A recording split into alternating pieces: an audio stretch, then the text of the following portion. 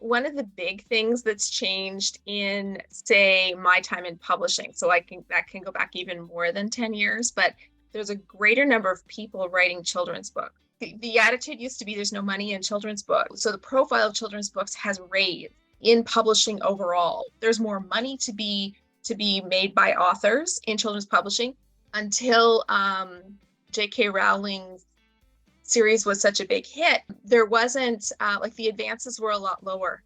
There's been like an increasing, I'd say, like professionalization of children's writers. It never used to be possible to make a living as a, I mean, it's still very hard to make a living as a writer. It's always been hard to make a living as a writer, but it was never really possible for anyone to like make their living as a children's writer. And that has changed. So I'd say that with that professionalization has come a lot more competition for writers, competition for book deals. And then in the last 10 years, there's been a real explosion in terms of like diversity in children's books, which has opened the doors to a lot more creators who who were considered niche in the past. And now they're the most highly sought after creators out there. So that is the big diversity is the biggest thing pushing driving the children's market at this time. I'd say that possibly the children's books have become maybe more fun. I think that's something that I would say like there's a real nobody really wants didactic books. They want children's books that are going to be fun. So you can learn something, but it's all hidden, or you kind of delight in the learning. It was just to, I guess, echo a lot of the points that Amy brought up, like especially the piece around diversity, or like a little bit of an opening of certain opportunities, especially given a lot of what I was looking for as a buyer at Another Story was very focused in that area, and because their whole thing is amplifying marginalized voices. So I would literally watch as like the amount of options like would increase.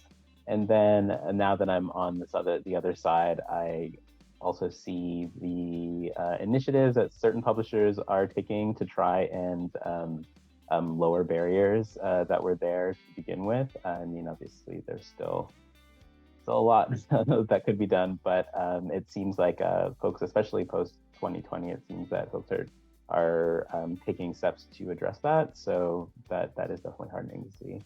I would agree with both of you, especially again in terms of diversity and just the way what kind of books we see has changed so much in the last few years. From a marketing and publicity angle, one thing that I've noticed, even in the last 5 years that I've really been working, is a real shift away from like traditional reviews. So, I mean, you still have the big ones like Publishers Weekly and Kirkus and stuff like that. They're still pretty good at covering almost everything. Obviously, they can't cover everything, but they do a pretty good job of keeping up with what's big. But in terms of like newspapers and things like that, I think there's been a real shift away from it. There's just not enough space to talk about books in general in newspapers, and especially not kids' books. It tends to be the first thing to go, I think. So we do a lot more marketing and publicity in the online space, which I think is really interesting to watch. You have your bookstagrammers who've been around for a long time. You have your mommy bloggers who've been around for even longer than that.